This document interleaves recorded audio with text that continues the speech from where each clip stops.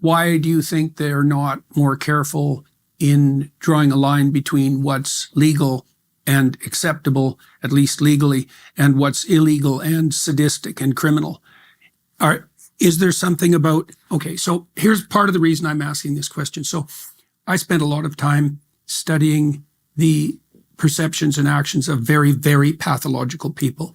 And one of the things that is interesting about serial sexual killers, for example, is that their behavior tends to accelerate across time. And there's a very specific reason for this. So sex has an intrinsically rewarding nature, but that the nature of anything that's rewarding can be heightened by novelty. So because novelty itself, if it's in the right dose, is also gives you a dopaminergic kick. Sexual anticipation and sexual pleasure produce a dopaminergic kick, but novelty heightens that.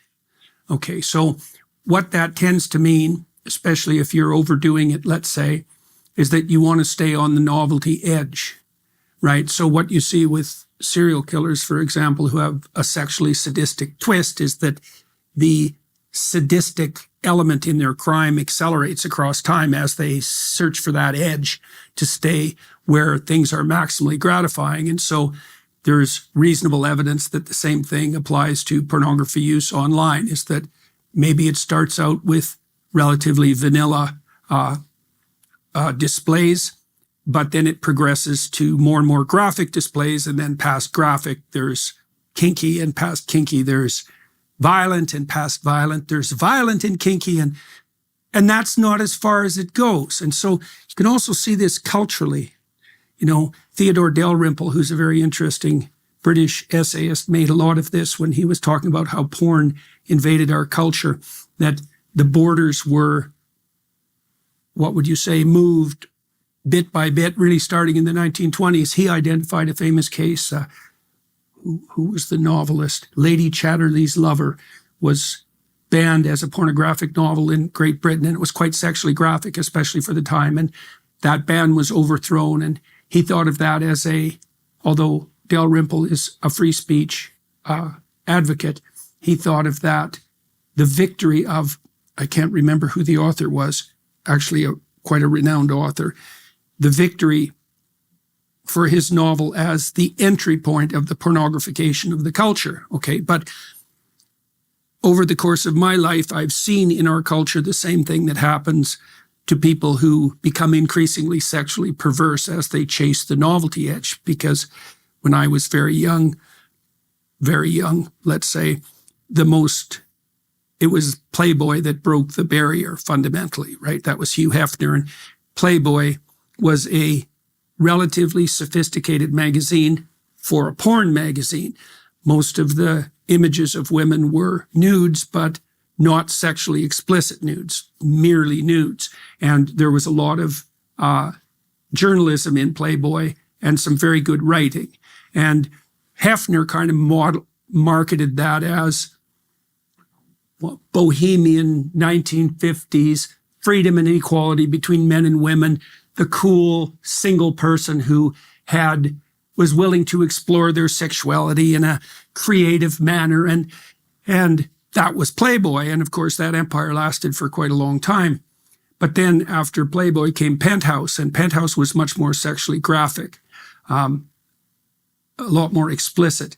And after Penthouse came Hustler, and Hustler started to move into you might call it into the domain of severely bad taste. And that was certainly the case. And then, by the time then Hustler metamorphosed into, dozens and dozens of magazines that concentrated on every fetish you could possibly imagine. And then the internet came along, and it was the case that the expansion of the internet was actually facilitated in a major way by the desire of isolated and socially incompetent men to share sexually graphic images. I mean, the whole internet was driven at, we know what, 1/3 to 40% of the traffic on the internet is pornographic still. And so it was an incredible, the sexual element was an incredible motivating factor for the development of the World Wide Net. And there's a lot of criminal activity on the net, maybe 50% of it, right? And it's very hard to hold people accountable. So what we're seeing is our whole culture chasing that novelty edge, and that's all driven by, in the worst cases, narcissistic, psychopathic, Machiavellian, sadistic criminals, and we can't hold them accountable. It's really bad. It's really bad. Okay, so now... But we can hold those who are distributing it accountable. Well, okay, can we? Yes, we absolutely can. Who are these people? Well, first I want to kind of just, basically acknowledge what you just said is absolutely true, is that today on these free porn tube sites, again, free, you just, there wasn't even an Are You 18 click-through button at the beginning of 2020 where any 7-year-old could just click right through, end up on the homepage of Pornhub or X videos for free. And what they're seeing on the homepage is not your father's Playboy, right? It's not the images that you were describing. It is, there was a study done that was published in the British Journal of Criminology, and they analyzed the home pages of these sites. And when you get onto Pornhub, there's about 50 videos that you will see that if you scroll over, they autoplay. And these are these homemade user-generated videos, and they found that 1 in 8 of those videos was displaying sexual violence, videos that would include non-consent, incest. And I think that is just so alarming that is the reality that we're living in today. Well, exposure also desensitizes, right? So if you're a therapist and you want to reduce the anxiety that someone feels, well, I can give you an example. I had a client one time who was a vegetarian, and but this person was a vegetarian because they were really terrified of life and of death, and couldn't go into a grocery store. And so because of the displays of meat, and one of the things that I did was bring them to a store that was closer and closer to an actual butcher store, and have them look, because that's what you do. You have people look at what it is that they're terrified of.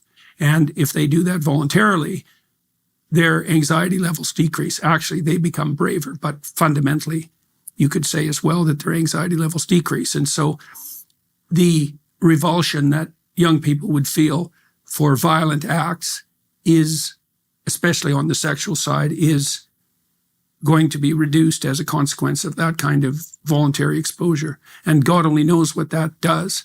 I mean, I can't imagine. And it's an unbelievably powerful force too. We're in a situation now where a 13-year-old boy, because it's going to be boys, mostly men, using these sites because men are much more sensitive to visual stimuli. Women seem to prefer literary pornography.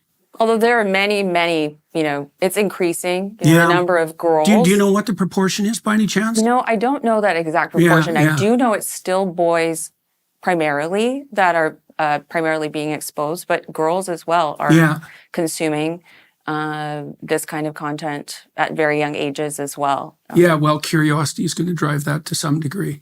Right? There's a great book by the Google engineers called A Billion Wicked Thoughts. Do you know that book? No, I don't. Oh, that's I think the best book I've ever read, investigating the use of the sex difference, for example, and the use of pornography. It's a very smart book.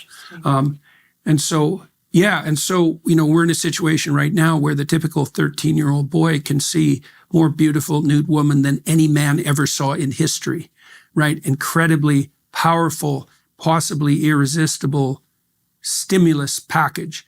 And we also don't know exactly what that's doing to the relationships between young men and young women, sexually and otherwise, right? There is increasing evidence, especially in countries like Japan and South Korea, although the transformation curves seem to be playing out the same way in the rest of the West, except delayed.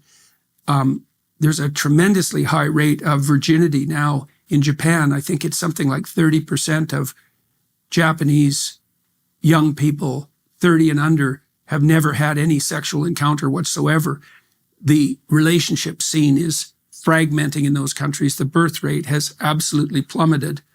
And we have no idea what the connection is between that and the very straightforward and simple sexual gratification that's available online. We also have no idea how it is that young people's sexual preferences are trained as a consequence of their exposure to online pornography. And so is it cataclysmic? Probably. It's an insanely powerful technology. And I've been thinking about this too, is that we misapprehend what's happening because it's easy to think that the women on Pornhub, for example, who are participating, the men as well, are just women, but they're not women in a way. They're women machine hybrids because no woman can be in a million rooms at the same time. And you can think about that also with regard to sites like OnlyFans, is the women have been transformed into images that can be propagated everywhere. And that's a insane technological revolution. And it's also very possible for young women to monetize their beauty, right? And tempting for them to do that because, well, a small proportion of them can make a very large amount of money and in a manner that appears easy and also that draws a lot of attention. And so if you have a narcissistic tilt or if you've been isolated and are lonely and need attention, then that's a hell of a way to get it.